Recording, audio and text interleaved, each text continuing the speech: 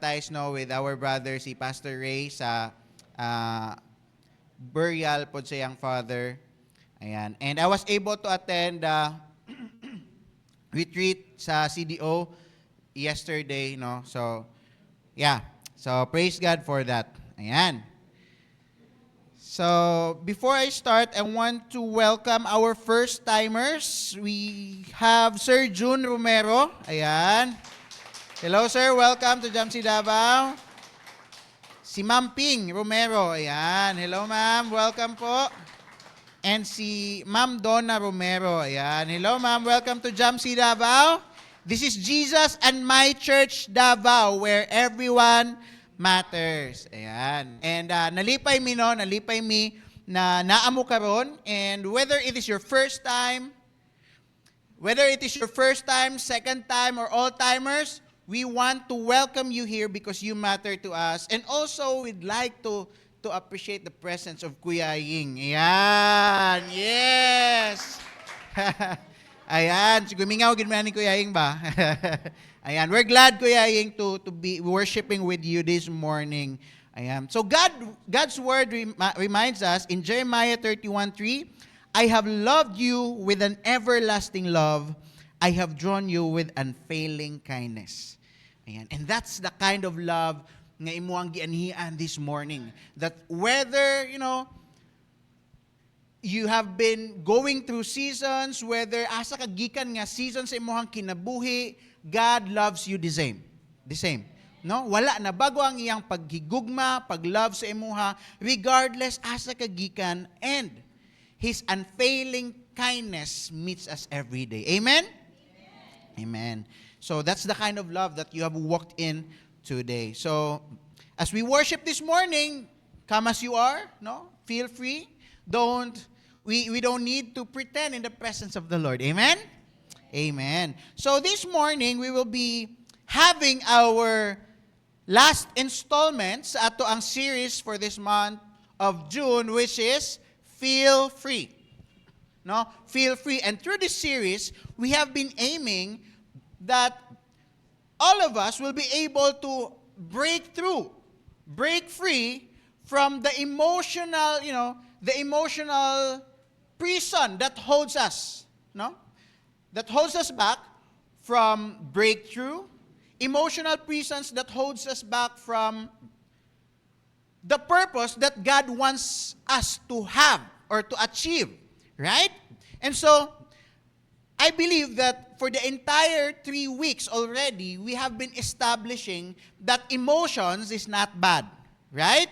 Emotions is not bad because God Himself created us with emotions. Tama?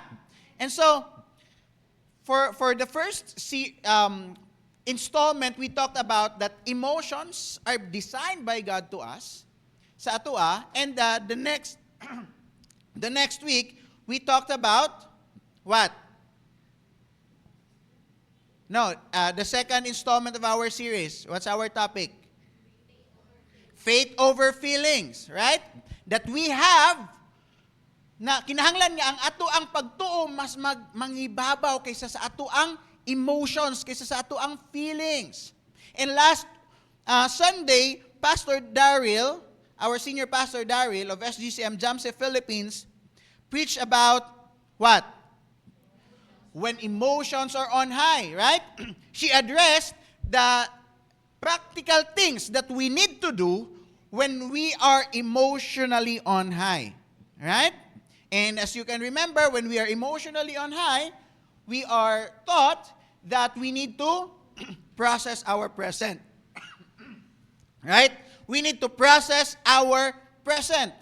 We have to discover, we have to reflect why we are feeling that way. And as we process that, we need to polish our perspective. Kinahanglan nato i-filter, ang mga panlantaw nga dili mao, o kinahanglan nato siya isubay o in line on what the Word of God says. Amen? And so this morning, ang atong last installment for this series will, I believe, will consolidate, will powerfully culminate for this series. And I hope that we are all ready to listen to the Word of God, because I believe that the Word of God is not just informational, it is transformational. No? When we allow our hearts, when we allow our minds, when we allow our lives to be penetrated by the Word of God, I believe that it has the power to transform our perspectives, our life. Right? And so, this morning, join me in this preaching, When Emotions Follow Jesus. When emotions follow Jesus. But as we proceed, let us pray. Lord, we acknowledge your presence in this place, God. I pray that all of us, ang gahom sa imong pulong Ginoo, musunop sa among mga kinabuhi, sa among mga kasing-kasing, ug sa among mga huna-huna, Lord. There will be a lot of words that will not be said here in the pulpit, but I believe that you would allow us individually to get the portion that you have prepared for us this morning. Lord, we allow you to speak to us this morning. In Jesus' name, amen and amen. Ayan. All right.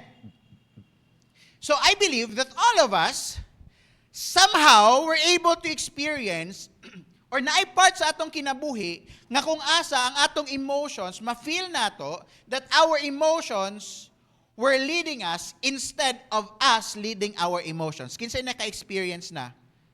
Kinsay naka-experience? Ako lang? Ako lang? Lord, praise God sa mga perfect. No?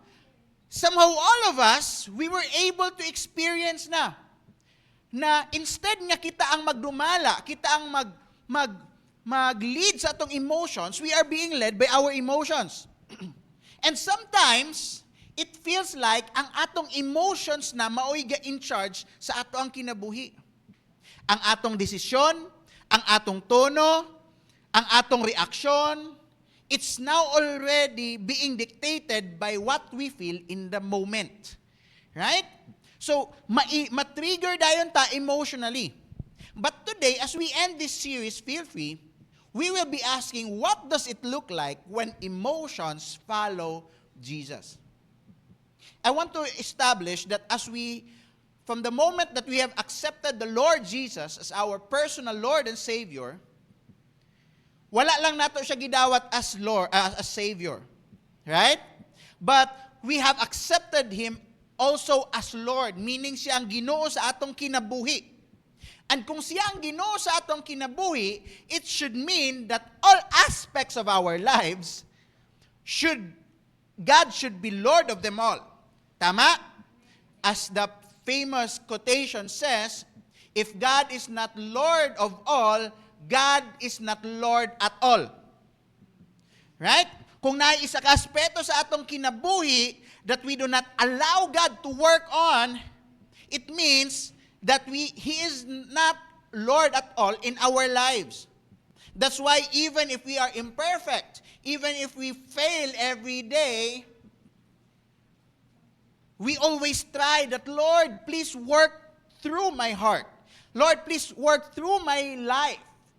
That even aning nga aspeto, Lord, medyo gahi kog ulo, but Lord, please help me nga matunong sa imo ang kabubuton ang akong desisyon aning nga aspeto sa akong life. Right? And so, I believe that emotions, our emotions, is included in that aspect. Nga dapat sa atong emotions, si Jesus gihapon ang Ginoo. Right? Because we cannot allow God to be a Lord in one aspect, halimbawa in our career, in our business, or in our relationship, and yet, in our emotions, we take charge, and we don't allow Him to move. That's why karon nga buntag we have to determine paunsa gid ay masuta, paunsa gid ay nato makita or paunsa gid ay buhaton nga ang atong emotion ipailalom nato sa pagka-Dios, pagka-Ginoo sa atong ginasimba nga si Jesus. Amen. Now, let me bring you to one of the most emotional moments sa kinabuhi ni Jesus. And it is in John 11. Yan. For some of you, it is already familiar. This is actually the time when his close friend Lazarus died. Right? And so, at this moment, Mary comes, approaching Jesus, and she was crying. And ingon siya in verse 32. Ingon diya, when Mary reached the place where Jesus was and saw him, she fell at his feet and said, Lord, if you had been here, my brother would have not died. At this moment, now, if you continue to read that passage, as Jesus saw her weeping, crying, and the others are mourning because of the death of Lazarus, in verse 35, ingon diha, Jesus wept. Mo ni ang verse nga na-memorize sa tanan. No? Jesus wept. Can you say that? Jesus wept. That is the shortest verse in the Bible, but it is also one of the heaviest. Why? Because we can see here that Jesus himself, wala niya gilikayan ang iyang emotions. He didn't avoid his emotions. Instead, he entered into it. As he saw that people are crying, that people are, mourning over the death of Lazarus, si Jesus mismo wala niya napugngan nga muhilak pod. And wala niya gipugngan nga muhilak. He cried publicly. Right? But you know what? Even in his tears, even if Jesus is crying, he stayed anchored. Ligon gihapon siya. Because he did not allow his emotions to lead him away to his purpose. Ang sagay ang purpose ni Jesus sa pagani sa kalibutan, it is to save us. Right? It is to save us. He did not allow his emotions to lead him away to his purpose. Instead, he let emotions follow his mission. In fact, in John 11:38, it says, Jesus once more deeply moved, came to the tomb. It was a cave with a stone laid across the entrance. Makita nato, no? Jesus was deeply moved. He was moved emotionally. Pero, nagpadayon gihapon siya sa iyahang purpose. Amen? Because actually the miracle that he performed here when he resurrected Lazarus, it was part of his mission. So that if hinay-hinay, his identity will be revealed. That's why we can say that even if he was so affected emotionally, Jesus kept moving missionally. Now, nganong kinahanglan man? Why do our emotions needs to follow Jesus? Because the reality is our emotions are powerful. But we have to remember that they were never meant to lead. God created us with emotions, but God did not created it to lead us. Gihatag sa Ginoo ang atong emotion, but gihatag na niya dili para nga maoy magdumala sa atong kinabuhi.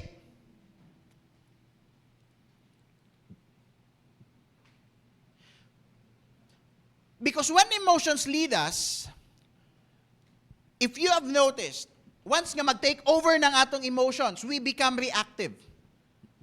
Tama? We become unstable. And we easily swayed into circumstances. Nga bisan bitaw, kabantay ka pag imong emotions, Halimbawa, na magsulti sa imo, magsumbong na suko siya sa isa ka tao, wala kay labot sa ilang issue, pero ikaw po nasukog apil. Masuko pa ka kaysa nasadaan.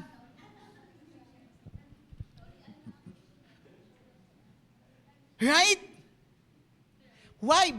It's the moment that our emotions sways us in circumstances.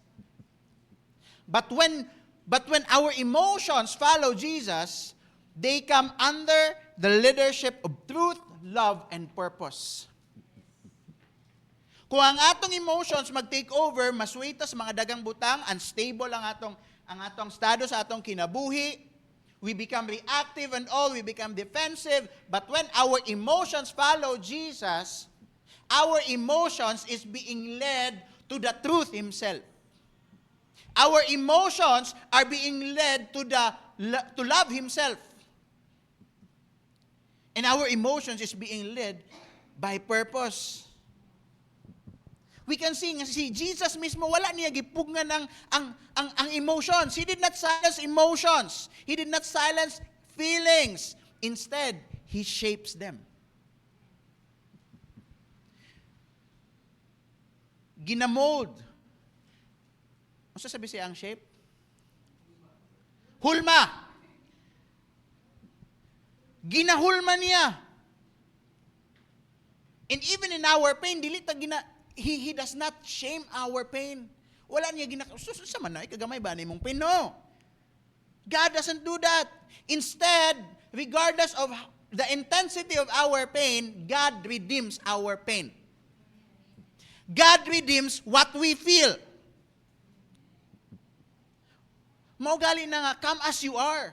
Come as you are. Why? Because Jesus does not want us to fake our joy.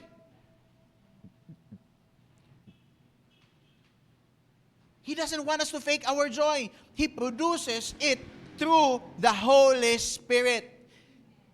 No? Si God mismo ang maghatag og joy and He produces it through the Holy Spirit. And even in Jeremiah 17:9, it says there that heart is deceitful above all things.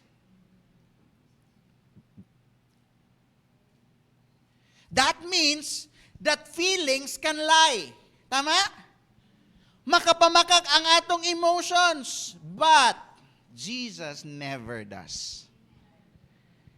That is why kinahanglan nato i-lead ang atong emotions to Jesus. Kay pwede ta nga bakakan sa ato ang gibati even if ang reality we are not supposed to feel that way. No? That's why the whole series, if you have noticed, we are promoting that we do not ignore our emotions. Tama? This is contrary from a lot of people, a lot of teachings, extreme teachings that when we worship God, when we are Christians, we set aside emotions. No. The command of God Himself is to love the Lord with all your heart and with all your soul and with all your mind. That includes emotion. He wants us to love Him passionately. Right? That's why we do not take aside our emotions. Instead, we invite Jesus into them. No?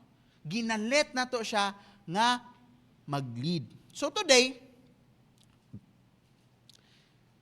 diha ta magsugod. We will be seeing the reality of Jesus not denying or rejecting emotions. We will be learning how He showed us that emotions don't have to be enemies of our spiritual walk. Dili kinahanglan mahimong kontra ang atong emotion, dili kinahanglan mahimong babag ang atong emotion sa ato ang pagpangalagad sa Ginoo. Ignay mong tapat, ayaw himuang babag.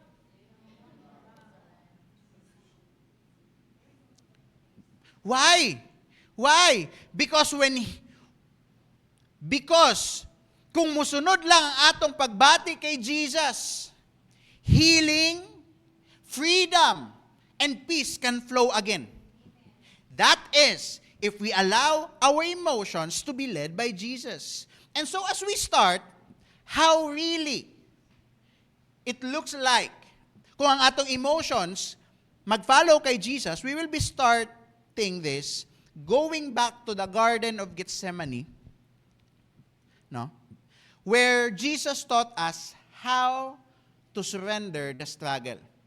So when emotions follow Jesus, the first thing that we need to do is to surrender the struggle.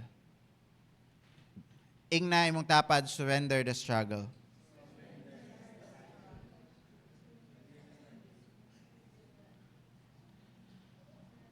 In Luke 22, verse 42, in the NIV version, it says here,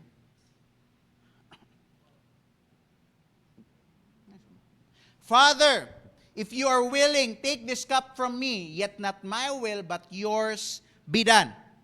This is the famous, prayer of Jesus, right? And he prayed this, he uttered these words, katong hapit na siya dakpon. Tama?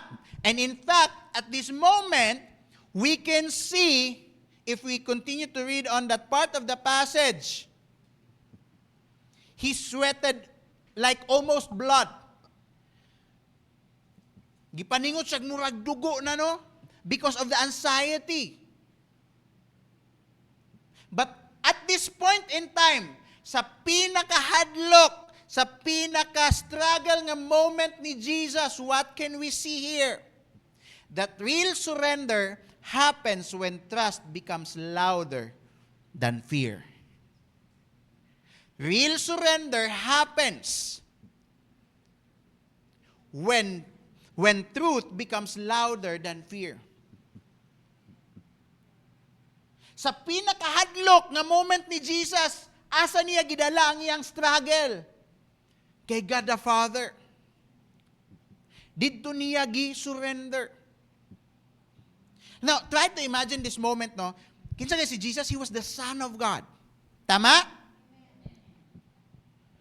Nasa sa garden, it's quite dark, and he was just there. Ang iyang mga disciples, kauban niya, pero tulog.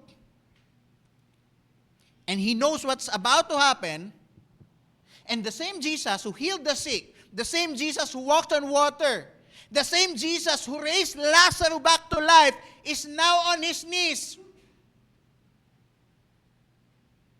Now on his knees, anxious, fearful of what's about to happen. In fact, he was shaking. Kinsay naka-experience na grabe kahadlok nga nangurog na mo sa kahadlok? Kinsa din niya ang naka-experience na, grabe yung kahadlok, gipaningot mo, murag dugo na.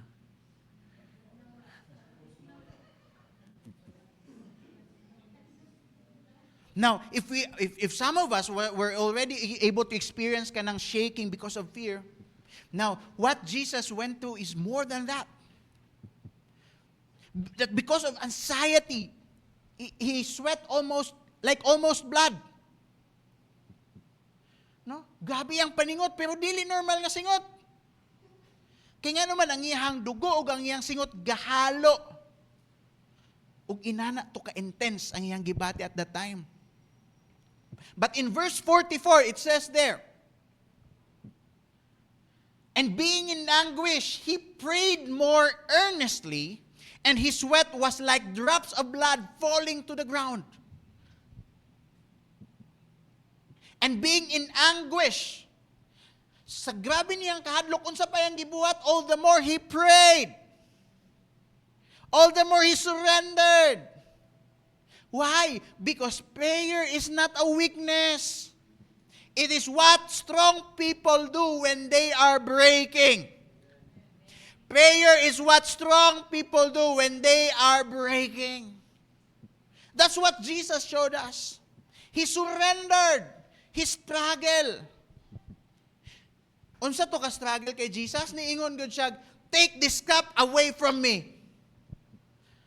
Lord, ayaw na lang idayon. But you know what's the surrender there? Even if his desire is dili na lang idayon tungod sa kung unsa yang ma-experience, what he said was, not my will, but yours be done. And that is surrender. That is surrender. Wala gi-ignore ni Jesus iyang feeling. Tama? Instead, iyang gi-express. Ug asa to niya gidalang iyang feelings, He brought it to where it is safest. Asa pinaka safe ang atong emotions dadon? Sa Facebook. Ignay mong tapad mo, ikaw nang pasabot ni Pastor.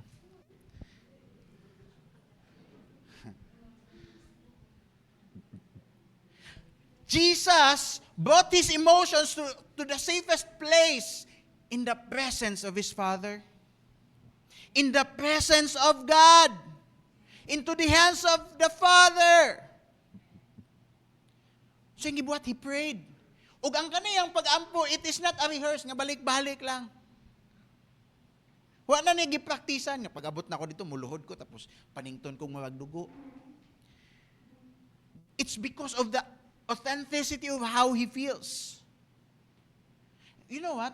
The Savior of the world, the Creator of heavens and earth, we can see here that this moment is not a proud,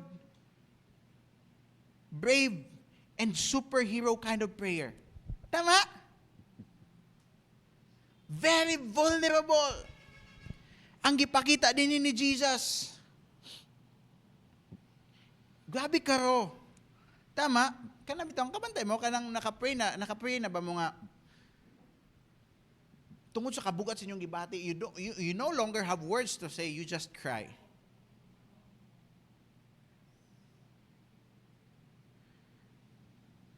You just cry. That's how raw Jesus was feeling at this moment. Mugaingon siya, Father, if you are willing, please, Lord, take this cup from me. But at the end of it, though, grabe yung struggle, ang iyang pag-surrender is to, not my will, but yours be done. Tanawa si Jesus, sa pinakabugat, sa pinaka-emotional, sa pinakalisod nga moment, wala siya nagtago. Wala siya nagtago. Wala siya nagpakaisog. Hello? Ipakita niya yung fear. What he did? He brought it all to God. O siya ingon, I'm strong. O siya ingon, okay ba ko? Kaya ba na ako ni? What did he say? Father, it hurts. God, sakitaan niyo eh. Lord, gakahadlo ko. Lord, please, pwede ayaw na lang. Lord, dili ko ganahan na ni. That's what he said. But at the end of it, he said, but I still want to trust you. Lord, dili ko ganahan na ni. Sakit kini, Lord. Hadlo ko ani, but I want to trust you. Makita pa natong vulnerability ni Jesus in Hebrews 5:7. Ingon dia, during the days of Jesus' life on earth, he offered up prayers and petitions with fervent cries and tears to the one who could save him from death. He was heard because of his reverent submission. Jesus did not hide his tears. Hello? If Jesus did not hide his tears, why should we? Why should you hide your tears? During the days of Jesus' life on earth, he offered up prayers and petitions with fervent cries and tears. Asa niya gidala? To the one who could save him from death. To God. He brought it to God. And at the end of it, unsa ingon? He was heard because of what? Because of his reverent submission.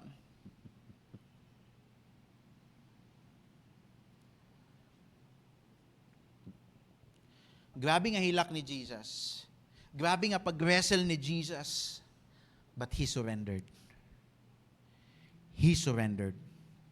And that is what it looks like when our emotions follow Jesus.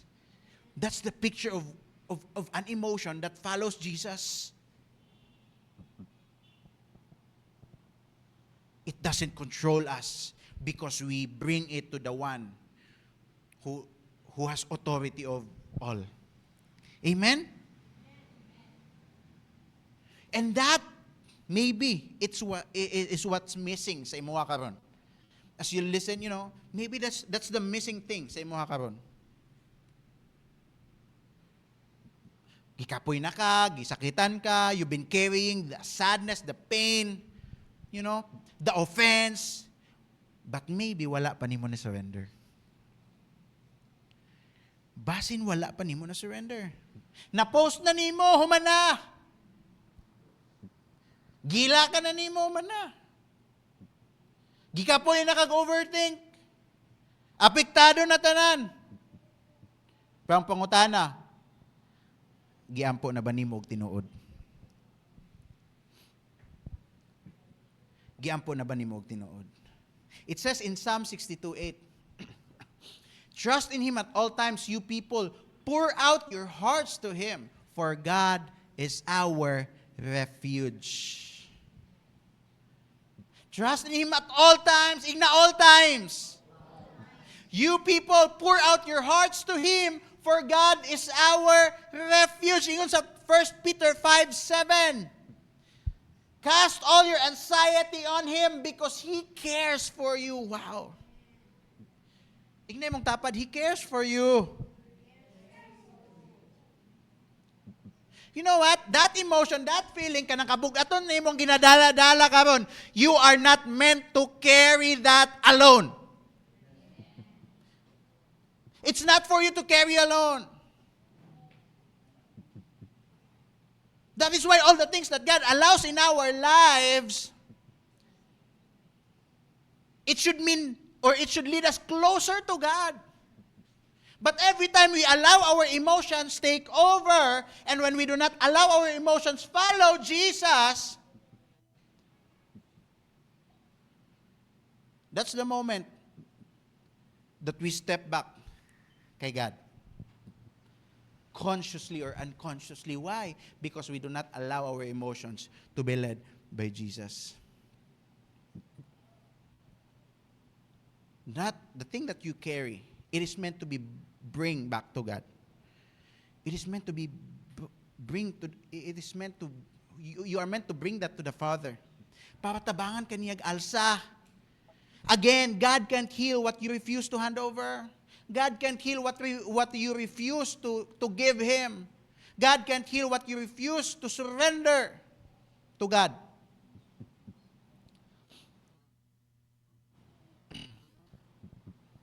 Now, real talk. Some of us haven't experienced emotional healing not because God is not willing, but because we are not willing.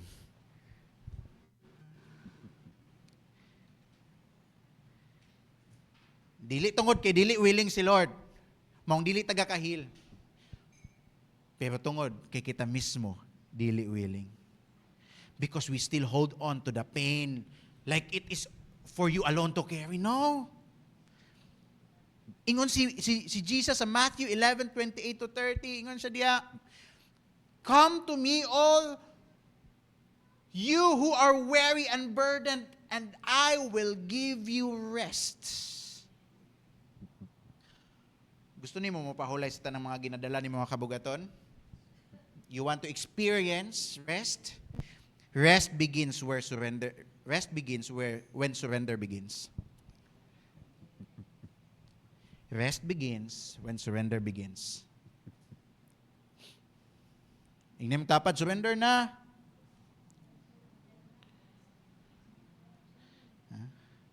That pain, it's not yours to keep. It's for God to redeem. Amen?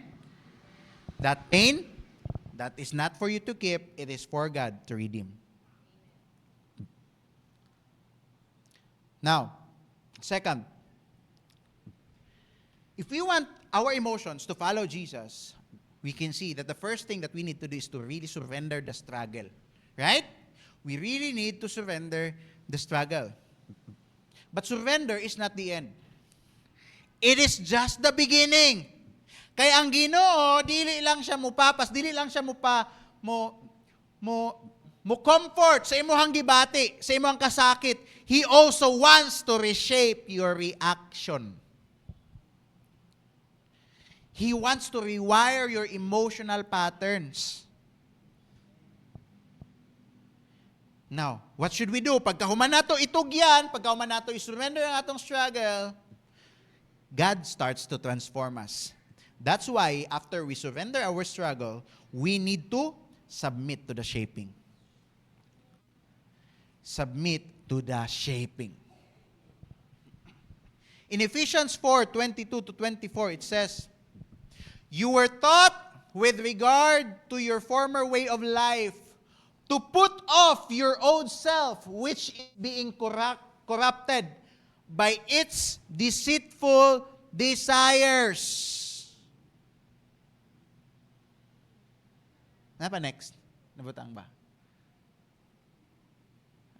To be made new in the attitude of your minds, and to put on the new self created to be like God in true righteousness and holiness. Now, balik ang previous palihog dyan. You were taught with regard to your former way of life to put off your old self, which is being corrupted by its deceitful desires. God offers us peace that transcends all understanding. Right? But Jesus, but we cannot wear the peace of Jesus with the world's pattern. Meaning, dili nato kaya bitbiton or dili nato pwede bitbiton ang kalinaw nga gikan sa Ginoo if ang atong perspective, ang atong panlantaw subay sa kalibutan. Now, atong himayon ni nga verse. When Paul wrote this, he was not just telling to behave better. Wala lang gaingon si Paul nga pagbinuotan. Wala lang gaingon si Paul nga pagpakamaayo. Wala siya gaingon nga, try harder. Try hard pa yun. What he was talking about is something internal, inside our hearts. Nga naman, because Paul is talking about here a full emotional and spiritual makeover. Kabag-uhan sa espirituhanon nga bahin. Giingnan niya, no?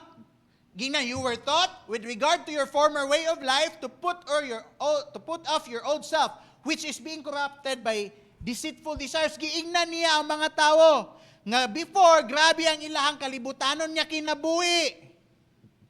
Mga punog kahadlok, punog kalagot, punog kaibog, punog kasakit, pero giingnan sila ni Paul. Next, that's not who you are anymore. You are made new in the attitude of your minds, and to put on the new self created to be like God in true righteousness and holiness. Dili na kamo katuang sa unang nga kalibutanon pa. Mong ingon si Paul, put off your old self, buhiin na imong daan nga kinabuhi. Hubuan na. Hubuan ang imong mga old habits. Buhiin na ang imong mga emotional defaults nga pag sa una na ay mangawayaw. Pag na mo sumbag, sipa rin ka, automatic, naka-default. What Paul is saying, hubuan na, undangin na. Buhiin na ng mga childhood nga mga wounds that still, that still shapes your decision, your perspectives in life. Mao na ingon ni Paul, put off, hubuan na. Ibutang na ang imuhang old self kay gibago na ka sa Ginoo. He's not even saying this is a better version of yourself, but what Paul is saying, this is a spirit-formed, emotionally healed, renewed person in Jesus Christ. That's our identity. That's why ingon in Romans 12:2, ingon diya, do not conform to the pattern of this world, but be transformed by the renewing of your mind. Then you will be able to test and approve what God's will is, His good, pleasing, and perfect will. Sige, ingon diya, renew your thought. Nga naman, God will not renew your life without renewing your thoughts. Kinahanglan ipasubay nato ang atong mga panlantaw sa kinabuhi, ang atong mga panghuna-una sa lordship ni Jesus. In order for our lives to be changed. Because if not, He will not be able to transform it. Why? Ingon diya, do not conform to the pattern of this world, but be transformed by the renewing of your mind. It says in Colossians 3:10, and have put on the new self, which is being renewed in knowledge in the image of its Creator. And have put on the new self, which is being renewed in knowledge in the image of its Creator. And have put on the new self. What do I want to emphasize? Ang bago nga kasing-kasing, a new heart needs a new habit. Hello? A new heart needs a new habit. Kung tinud-anay na ta, nga gibago ni Lord, ang atong kasing-kasing musubay pod sa mga bag-o nga mga panlantaw sa kinabuhi, mga bag-o nga, perspective, subay sa will ni Lord. Because the reality, sometimes, or many times, if not all the time, you are not just sad. The sadness sometimes, it's not just sad. But it's because we are already being shaped by our sadness. Unsay meaning? That being sad already becomes normal to us. Sometimes, ang atong una-una, we are just having a bad day, but in reality, it's already a pattern. No? Ang sadness has already become silently forming the way we see life. Kay mao man always ang atong gaka-feel. And whenever there is, kabantay mo, kung sad imo ang disposition, regardless unsa nakabibo imong palibot, tawag ka taons daplin, siing kuan. It's not because sad ang mga people around you, but because your perspective has been shaped. It's now being formed. No? And karon tungod kay ka-form na siya, you respond, you don't just, you don't just feel sad, but even sa mga reactions, you are like someone who is afraid, or you are this someone who now expect automatic nga disappointment. Kay nga naman, kay na-shape na dahil dito, mao nang, di ba, ang uban sa grupo, na uban mga grabe ka, optimistic, sige kay, napoy, isa gid ana iyo lang na, kay di man na kaya. Right? Nga naman, ang atong mind is now being formed. Mo-shut down na ta easily. We assume the worst. Kabantay mo? We assume the worst that could happen. Ginashield na nato ang atong heart for heartbreak. That even in blessings, di ba, kabantay man perspective, murag daghan galing blessing niabot sa akong kinabuhi karon. Murag di galing ni maayo. Kay basta sunod sa blessing, sunod-sunod po ang sakit. Kabantay man ang perspective. It's because, it's because our mind is being formed into that pattern. Sometimes our anxiety, you are not just anxious. It could be that you are just living in anxiety for so long that you think it is now your personality. Nga naman, nasanay ta na pattern ng atong una-una. You've been feeling anxious for so long that you feel it's now normal.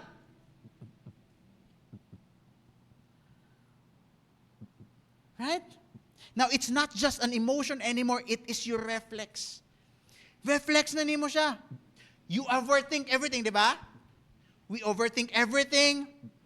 We feel responsible for everyone. You need to control just to feel safe. Kay gusto lagi nimo nga kuanin mo ang self, no, i-shield.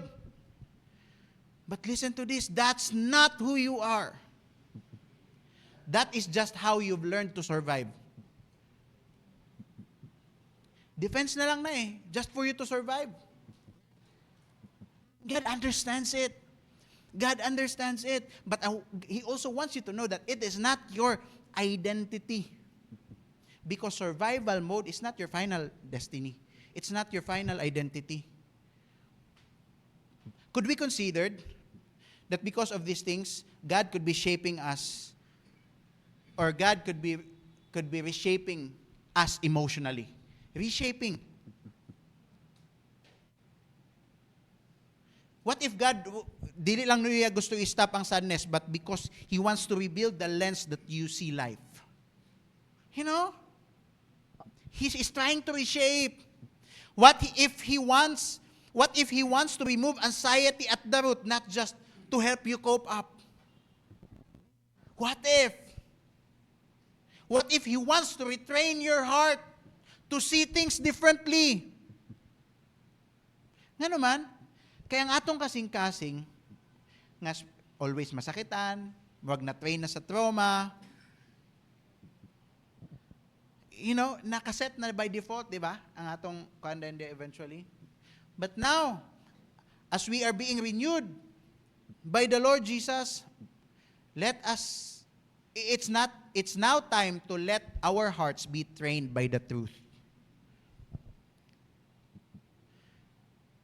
Let God teach you to feel again. For some of us, nga maybe gipagahin na nato atong kasing-kasing, no, because we want to shield ourselves from the constant pain.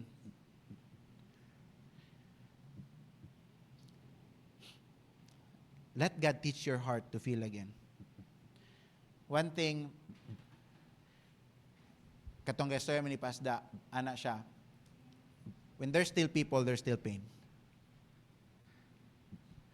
When there's still people, there's still pain. Hangtod na pa'y tao, makafeel gyud tag pain.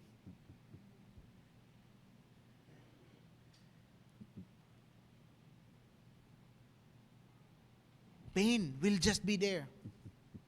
But you know what? The best response that we can do, if we want our emotions to be led by Jesus, to follow Jesus, is to what? To allow our hearts to be trained by the truth.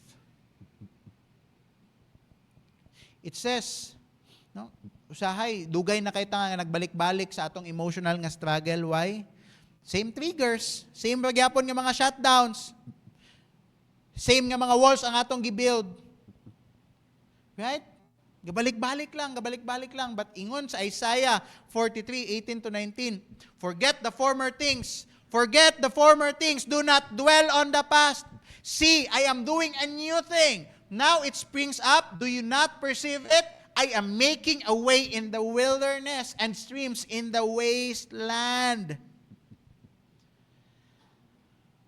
God can't do a new thing if you are obsessed with the old thing.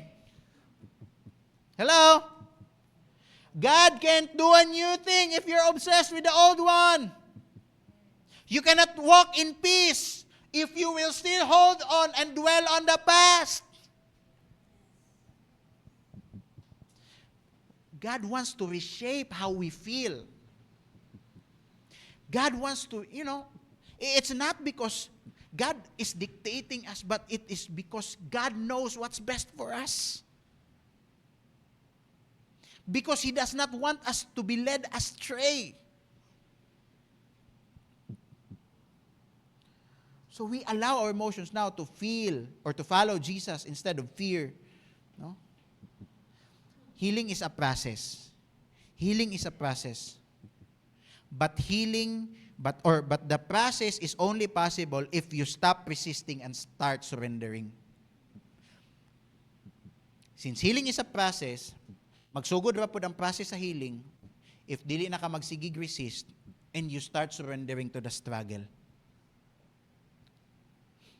In 2 Corinthians 3:18, ingon diya, we are being transformed into His image. Right? No? And we all, who with unveiled faces contemplate the Lord's glory, are being transformed into His image with increasing glory, which comes from the Lord, who is the Spirit. No? Ang transformation ni Lord, it happens in layers. Tama? In layers. But the question is, here's the question. Are you allowing God to shape you? That's always the question. Because again, God is willing.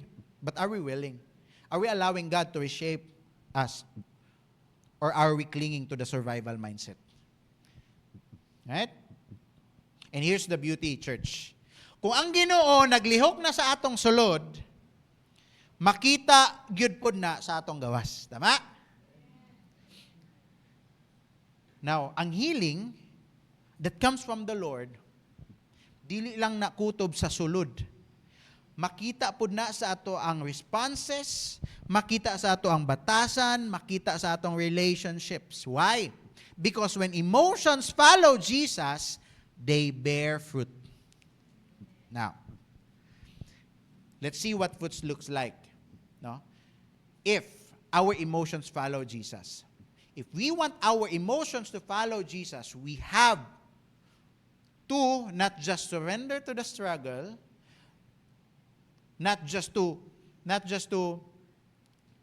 submit to the shaping, but we also need to showcase the Spirit's fruit. In Galatians 5:22-23, ingon diya, I'm almost done. But the fruit of the Spirit is love, joy, peace, forbearance, kindness, goodness, faithfulness, gentleness, and self-control. Against such things there is no law. Okay. Sige ngon din na Paul. Sige ngon din ni Paul. Wala nagingon diya si Paul, naunsa? Wala gingon diya si Paul nga ang batasan sa mga maayong tawo mauni. Unsa ang gingon? The fruits of the Spirit. Okay? Take note of that. The fruits of the Spirit. Nga naman, because the fruit does not grow by force. Tama? Ang isa ka bunga, mo grow siya, dili kay sige nimong pinugos nga mo bunga ang kahoy. But mo bunga siya naturally because it is connected to sa punuan, which is rooted. Tama? Mong ingon sa John 15:4-5, mo para mas masabtan na to. Remain in me as I also remain in you. No branch can bear fruit by itself. It must remain in the vine. Neither can you bear fruit unless you remain in me. Now, for us to understand, if the Spirit lives in you, kanos ani mo puyo ang Holy Spirit sa ato ha? The moment that we have accepted the Lord Jesus as our personal Lord and Savior. Now, we are being sealed by the presence of the Holy Spirit in our lives. Alright? So now, if ang Holy Spirit nakapuyo na sa ato ang kinabuhi, the Spirit or the fruit should show in our lives. Tama? Kaingon diya, mubunga. Mubunga. And look at this. The fruits of the Spirit, I am so amazed as I contemplated this.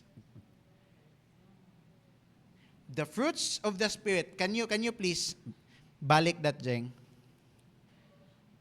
The fruits of the Spirit, I'm so emotional. I'm so amazed by this because if you notice, these are emotional responses.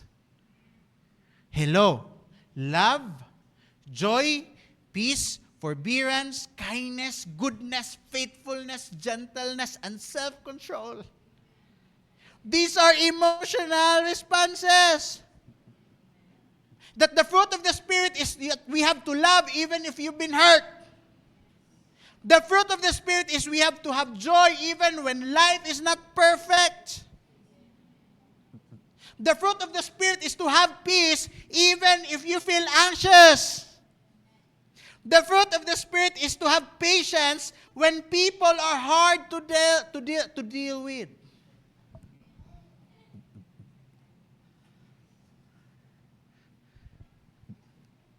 The fruit of the Spirit is to have self-control when our emotions try to explode. Hello? Kamantay mo, these are all emotional responses. That's why ingon sa Matthew 7:17, every good tree bears good fruit, but a bad tree bears bad fruit. Ang bunga sa mga maayo nga punuan, maayo. Ug sa mga dili maayo nga punuan, di pod maayo. Why? Because the fruit reveals the root. The fruit reveals the root. Ang atong kinaiya expresses or ginapakita, reveals what is inside us. Ingon pa sa Luke 6:45. A good man brings good things out of the good stored up in his heart. And an evil man brings evil things out of the evil stored up in his heart. For the mouth speaks what the heart is full of. Unsay always gagawa sa atong baba.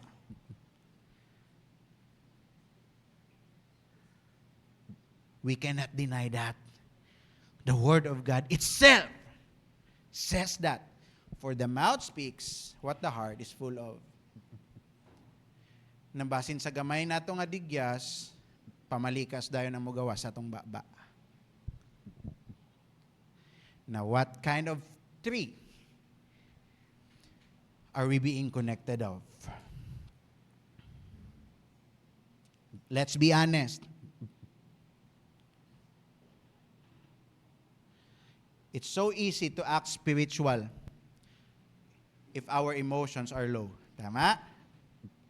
But, kung taas ang atong emotion, kung na-trigger ka, kung na-offend ka, that is where your fruit is tested.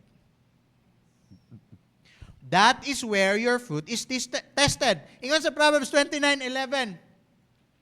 Fools give full vent to their rage, but the wise brings calm in the end.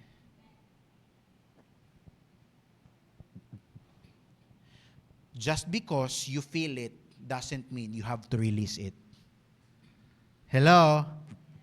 Fools give full vent to their rage, full vent. But the wise bring calm in the end. It doesn't mean that you feel it, you have to release it. Ingon sa James 3:17,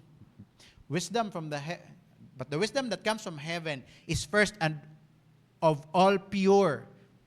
Ang wisdom nga gikan sa heaven? First of all pure. Then peace-loving, considerate, submissive, full of mercy and good fruit, impartial and sincere. Now, how do we react to things?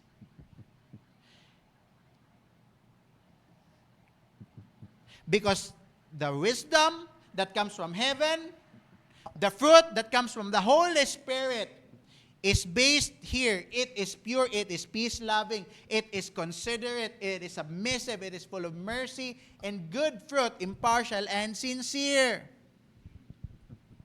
Because why? Emotional maturity does not mean perfection.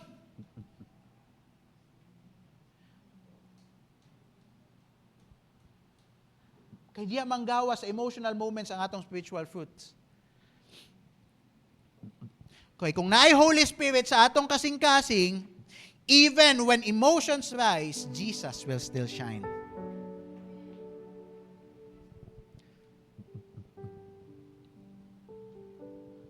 Dili fake control. Tama? Dili fake control. But spirit-led self-control. Dili lang hype, but joy that is really rooted in the presence of God sa atong kinabuhi. Dili lang selective na kindness.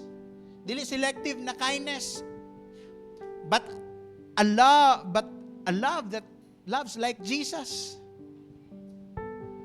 That's what makes us different. That's what makes you different. That's what makes us whole. That's what it means that our emotions follow Jesus. We have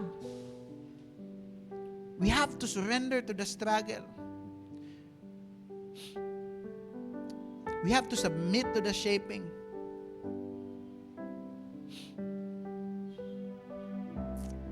And we have to showcase the Spirit's fruits. Now as I end, balik ta sa Gethsemane. Jesus felt, right? He felt, he cried, he prayed, and Jesus surrendered. And then what did he do? He stood up. Nitindog siya. Nihawa, nilakaw, nibiya sa Gethsemane, not emotionless, but now he walked out of Gethsemane emotionally anchored to the Father, emotionally anchored to God, sa will sa iyahang Father. And that is what God wants for us, church. Yes, He doesn't want us to ignore our emotions. He doesn't want us to pretend that we're okay. But He wants us to bring our emotions with us and let them follow Jesus. Maybe you've been led by sadness. Maybe you've been shaped by fear. Or maybe you've been already trained by trauma. But today, decide to lead those emotions to the cross. Kaya even those emotions, gipakamat yan ni Jesus.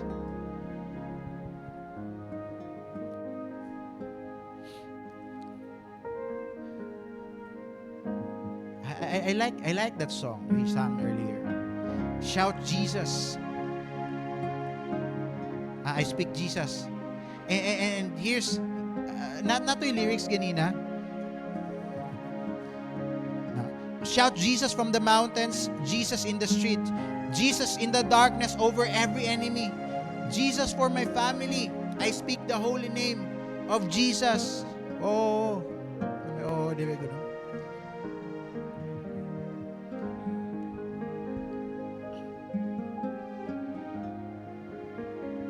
Now, whatever we feel, the anxiety, the pain, the hurt, the offenses, let it all kneel before Jesus. Let it all kneel before the cross. Let your anxiety kneel before Jesus. Let your bitterness be exchanged for peace. Ikson, dili ka gusto ni Lord nga may magsig daladalag bitterness. Iyang desire is for you to experience peace. Puyin na. Let your brokenness become fruit-bearing. Ayaw pasagdi. Ayaw palanggahin mong emotions. Jesus is not asking you to be perfect. He only wants you to surrender. And right now, if this word is for you, if na kay struggle nga ginadaladala, dugay na, whatever it is, if your emotions have been leading your life and not Jesus, I want to pray for you. Can we all bow our heads and close our eyes? This is your moment of real surrender. Before I pray to you, talk to the Lord. Talk to God. Tell Him, God, I feel these things.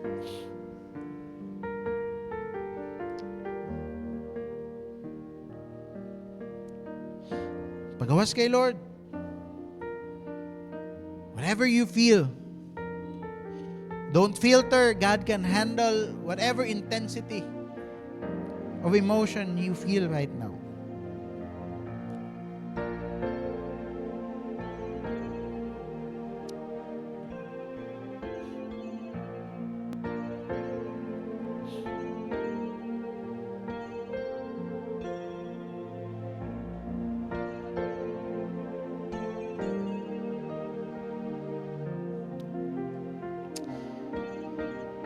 Lord, we come before you not as people, Ginoo, nga perfect ang kinabuhi. Not as people, Lord, nga hapsay ang dagan sa kinabuhi. But Lord, we come before you as people who are now tired. We come before you, Lord God, as people nga bugat na among ginadaladala. Lord, we come before you as sons and daughters nga gubot ang sulod sa among kasing-kasing, Lord. We come before you, Lord God, as sons and your daughters, Lord God, nga naiginadaladala nga kabugaton, nga bitterness, nga pain, nga offense, nga regret, whatever it is, Lord. But Lord, thank you that you are not scared of our emotions, God. Thank you, Lord, that you welcome our tears. Thank you, Lord, that you love us the same even if we cry. Thank you, Lord, that you love us the same even if we are vulnerable. Thank you, Lord, because you understand our silence, God. Thank you, Lord, because you embrace us in our mess. Thank you, Lord, kay gidawat mi nimo maskin sa among kasipyatan, Lord. That's why, Lord, today we surrender the struggle, God. We surrender the struggle, Lord. Lord, we do not want to carry this emotional baggage alone. We want to bring it to you.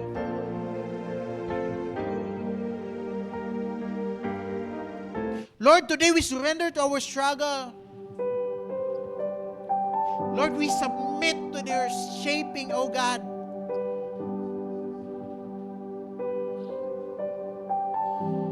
And Lord, even if it's hard, now we choose, Lord, to showcase the fruit of the Spirit in our life. It is our prayer, Lord, that you train our hearts again. Reshape our patterns, Lord. Let our emotions finally follow Jesus. We do not want to leave out our emotions, Lord God, not following you. We want every area and aspect of our lives following you, Lord.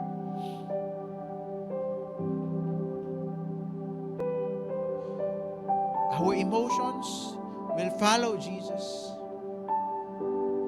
Not our pain, not the pressure, not the past. Only Jesus we will follow, Lord. And you, Lord, you know the people, those hearts that have sincerely prayed that prayer, God. And may it be that today will be the start of feeling free, of being free from the prison of our emotions, Lord. Because we want that our faith will follow you, Lord, over our emotions. Salamat, Ginoo, for the entire series that you have spoken to each and every one of us. May it be, Lord God, just even one, Lord. So, mga tinud-anay, Lord God, nga naminaw, magsubay, Lord God, sa imong pulong, let it transform that person's life.